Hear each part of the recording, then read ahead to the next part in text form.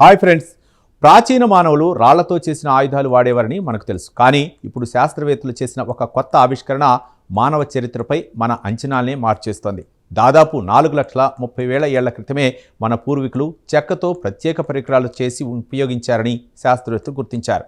ఇవి ఇప్పటివరకు కనుగొన్న అత్యంత పురాతన చేతి పనిముట్లుగా భావిస్తున్నారు. అసలు ఈ ప్రాచీన చెక్క టూల్స్ ఏంటి? అవి మానవ పరిణామ చరిత్ర గురించి ఏం చెబుతున్నాయో ఇప్పుడు తెలుసుకుందాం.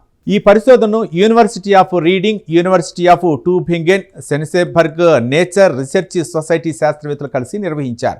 ఈ అధ్యయన ఫలితాలు ప్రముఖ journal proceedings of the national academy ఆఫ్ సైన్సెస్లో ప్రచురితమయ్యాయి.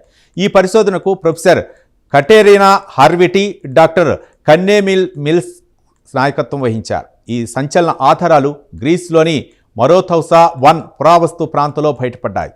అయితే అక్కడ శాస్త్రవేత్తలు అసలు ఏం కనుగొన్నారు? వారు 2 ప్రత్యేక చెక్క పరికరాలను గుర్తించారు. వాటిలో ఒకటి ఆల్డర్ చెట్టు చెక్కతో తయారై ఉండగా మరొకటి విల్లో లేదా పాల్లర్ చెక్కతో తయారై ఉండవచ్చని పరిశోధకులు చెబుతున్నారు. ఈ చెక్క ముక్కలపై కోయటం, చెక్కటం, ఆకారం మార్చడం వంటి స్పష్టమైన గుర్తులు కనిపించాయి.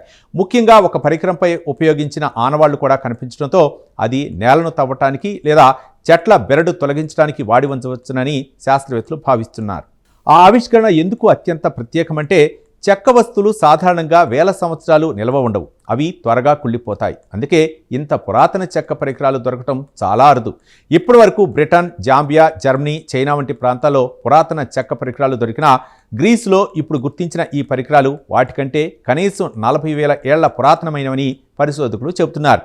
ఈ ప్రాంతంలో చెక్క పరికరాలతో పాటు రాతి టూల్స్, ఏనుగుల ఎముకలు, ఇతర జంతువుల అవశేషాలు కూడా బయటపడ్డాయి. దీంతో ఒకప్పుడు ఈ ప్రాంతం పురాతన సరస్సు ఒడ్డున వేటాడిన జంతువులను ముక్కలు చేసి ప్రదేశంగా ఉపయోగించి ఉండవచ్చునని శాస్త్రవేత్తలు భావిస్తున్నారు.